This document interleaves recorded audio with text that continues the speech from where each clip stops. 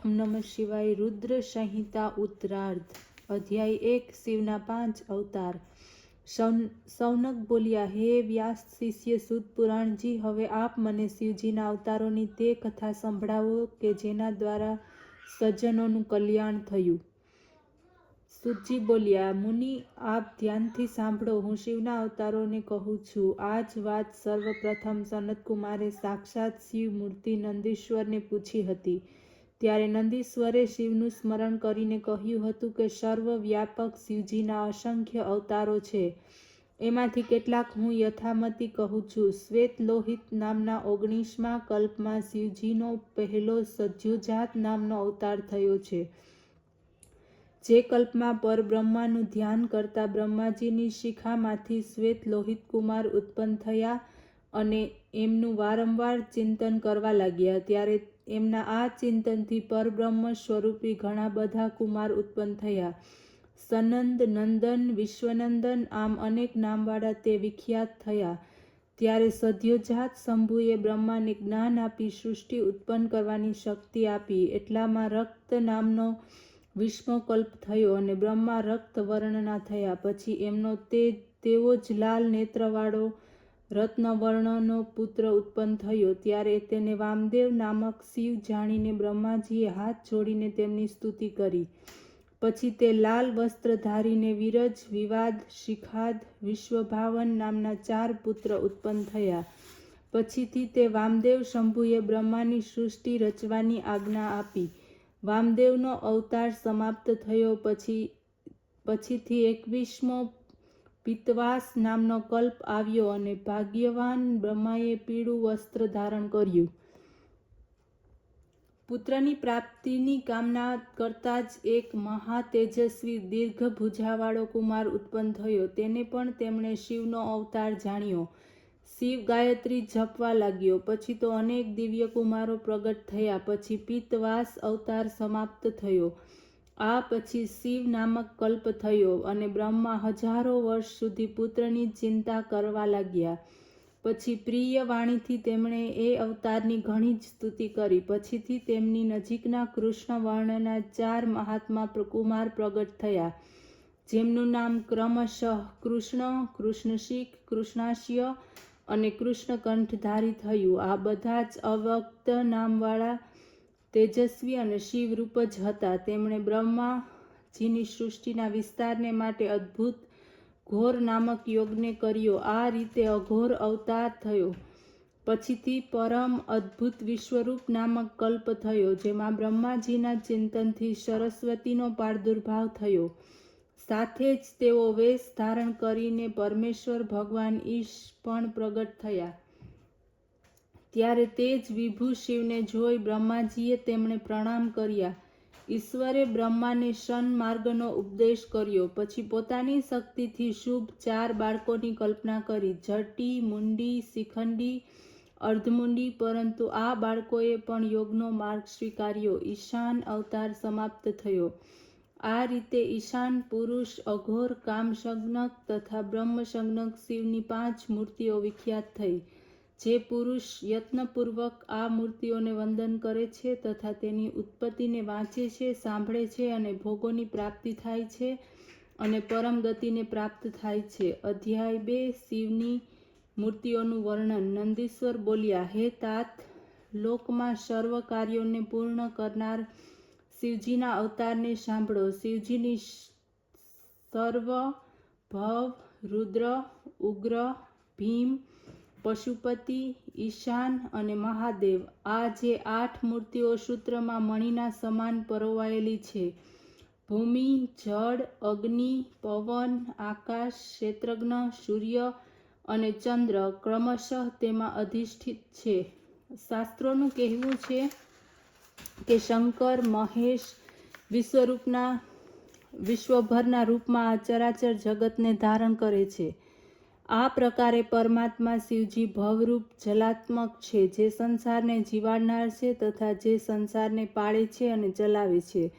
તે શિવનું ઉગ્ર નામક રૂપ છે. પછી શિવનું એક આકાશાત્મક ભીમરૂપ છે, જેનાથી રાજ સમુદાયનું ભેદન થાય છે. આ સર્વ આત્માના અધિષ્ઠાતા છે.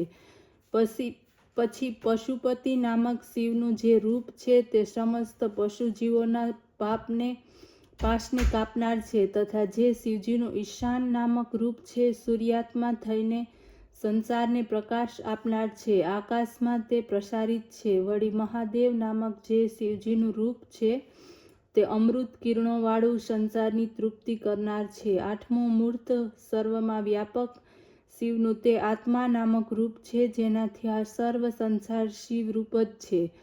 શિવજીની પોતાની આ અષ્ટમૂર્તિ સંસારમાં અધિષ્ઠિત છે. કલ્યાણના ઈચ્છુક પુરુષો પોતાની સેવા કરતા રહે અને સર્વ ભાવથી એનું ભજન કરે. અધ્યાય 3 અર્ધનારીશ્વર શિવ. નંદીશ્વર બોલ્યા, હે તાત, સાંભળો. હવે શિવનું અર્ધનારીશ્વર રૂપ હું વર્ણવું છું. જ્યારે બ્રહ્માની રચેલી સૃષ્ટિનો વિસ્તાર ન થયો તો તેમની ઘણી ચિંતા થઈ. એમને એ વિશ્વાસ હતો કે શિવના પ્રભાવ વગર પ્રજા ઉત્પન્ન નહીં થાય. તેથી તેમણે તપ કરવાનો વિચાર કર્યો. નિરંતર પાર્વતી સહિત શિવના ધ્યાનથી શિવ શીઘ્ર જ પ્રગટ થઈ ગયા. ત્યારે પરમ શક્તિયુક્ત શિવજીને પ્રગટ થયેલા જાણીને બ્રહ્મા તેમની દંડવત પ્રણામપૂર્વક હાથ જોડી સ્તુતિ કરવા લાગ્યા. ત્યારે દેવાધિદેવ મહાદેવ પ્રસન્ન થઈ મેઘની જેમ આ રીતે ગંભીર વાણીથી બોલ્યા કે હે વત્સ, હું તત્વત તમારા મનોરથને જાણું છું. પ્રજાવૃદ્ધિને માટે તમે અત્યાર સુધી તપ કર્યું છે, એથી પ્રસન્ન થઈને હું તમને વરદાન આપવા આવ્યો છું. એમ કહીને શિવજીએ પોતાના શરીરના ભાગથી શિવાદેવીને પૃથક કરી દીધા.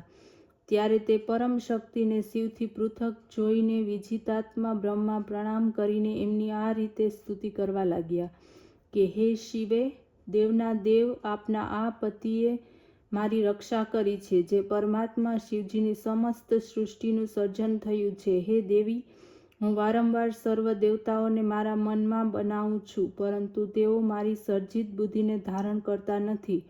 એનાથી હું એક મૈથુની સૃષ્ટિની રચના કરવાની ઈચ્છા રાખું છું, જે સર્જન અને વૃદ્ધિને પ્રાપ્ત થાય, પરંતુ તેમાં નારીઓની આવશ્યકતા છે અને એ અત્યંત શ્રેષ્ઠ કુળને માટે મારી શક્તિ કામ આપતી નથી, કેમ કે સર્વ શક્તિઓ તમારા મૂળમાં જ રહેલી છે. આ કારણે તમે જ સર્વના ઈશ્વરી છો.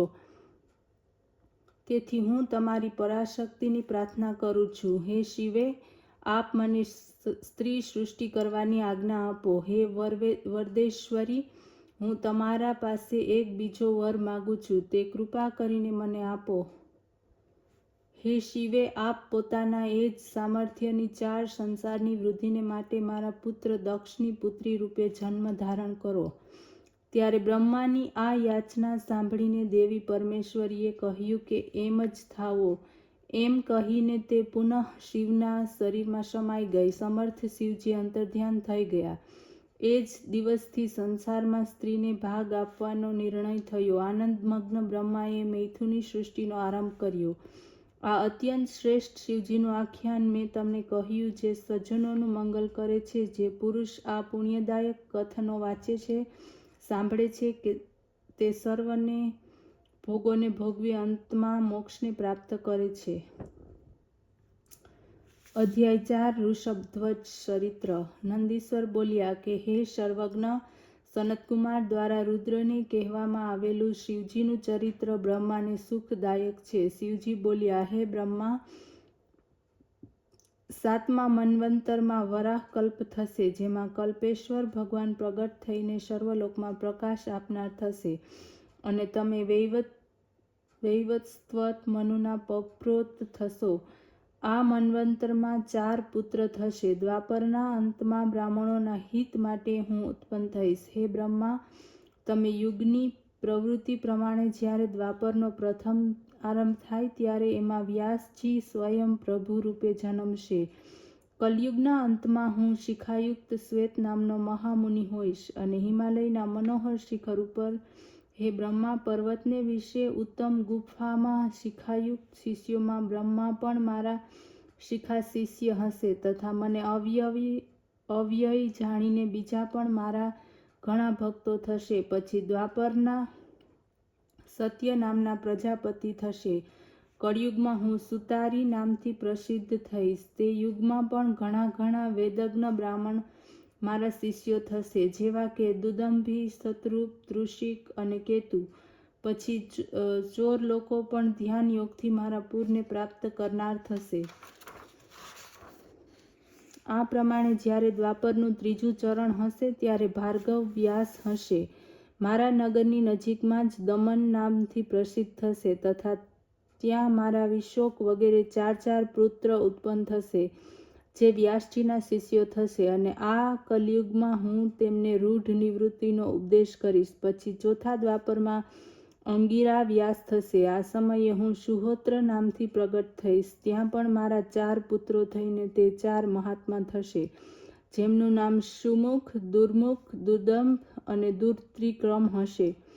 આ સમયે હું પણ વ્યાસજીના શિષ્યોને સહાય કરીશ. આ પછીના 5મા દ્વાપરમાં સવિતા નામક વ્યાસ અને હું કંક નામક યોગી અને તપસ્વી થઈશ તથા સનક, સનંદન, સનાતન અને સનતકુમાર આ 4 પુત્ર થશે. પછીના 6ઠા દ્વાપર યુગમાં લોકના કર્તા, વેદ વિભાગના કર્તા મૃત્યુ નામક વ્યાસ થશે અને હું લોકાક્ષી નામથી વ્યાસની સહાયતાને માટે નિવૃત્તિ માર્ગને આશ્રય આપનારો બનીશ. આ પ્રમાણે જ્યારે 9મો દ્વાપર આવશે ત્યારે સારસ્વત નામવાળા વ્યાસજી થશે અને તેમના ધ્યાનથી હું ઋષભ નામથી પ્રગટીશ તથા અહીં પણ મારા પરાશર, ગાર્ગ્ય, ભાર્ગવ તથા ગિરીશ આ 4 શ્રેષ્ઠ યોગી મારા શિષ્ય થશે, જેની સાથે હું યોગ માર્ગને જ દ્રઢ કરીશ. મારા આ ઋષભ નામના અવતારથી સંસારને ઘણું જ કલ્યાણ પ્રાપ્ત થશે. ઋષભજીનું આ ચરિત્ર પરમ ગતિને આપનારું છે. અધ્યાય 5 શિવ અવતાર વર્ણન. શિવ બોલ્યા, દ્વાપરના 10મા ભાગમાં એક ત્રિધામા નામના વ્યાસ મુનિ થશે, જે હિમાલયના ઉચ્ચ શિખર પર ભૃગ નામક સ્થાને રહેશે તથા ત્યાં પણ મારા ભૃગુ, બલબંધુ, નરામિત્ર, કેતુસંગ નામના 4 તપોધન પુત્ર થશે. પછી 11મો દ્વાપર યુગ આવશે. તેમાં ત્રિવૃત નામક મુનિ વ્યાસ થશે અને હું કલિંગના ગંગાના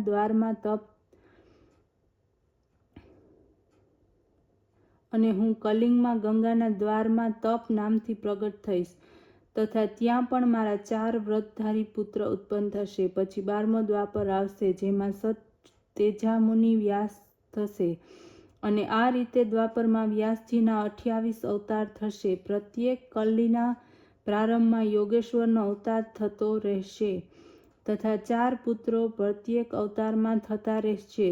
તે બધા જ યોગ માર્ગના પ્રવર્તક અને અવિનાશી શૈવ હશે. આ બધા જ શિવના ભક્ત, શિષ્ય, પાશુપત વ્રતનું આચરણ કરનાર, શરીરમાં ભસ્મ લગાડેલ, રુદ્રાક્ષની માળાને ધારણ કરનાર, લલાટ ઉપર ત્રિપુંડ કરનાર હશે. આ સર્વ શિષ્યો ધર્મના તત્પર, વેદ વેદાંગના પરાગામી, નિત્ય બ્રાહ્મ્યાભ્યંતર લિંગાર્ચન કરનાર થશે. એમની હંમેશા મારામાં ભક્તિ રહેશે અને જે યોગ હંમેશા ધ્યાનાવસ્થિત રહીને જીતેન્દ્રિય રહેશે, જેમના આ 28મા દ્વાપરમાં કુલ સંખ્યા 112 થશે.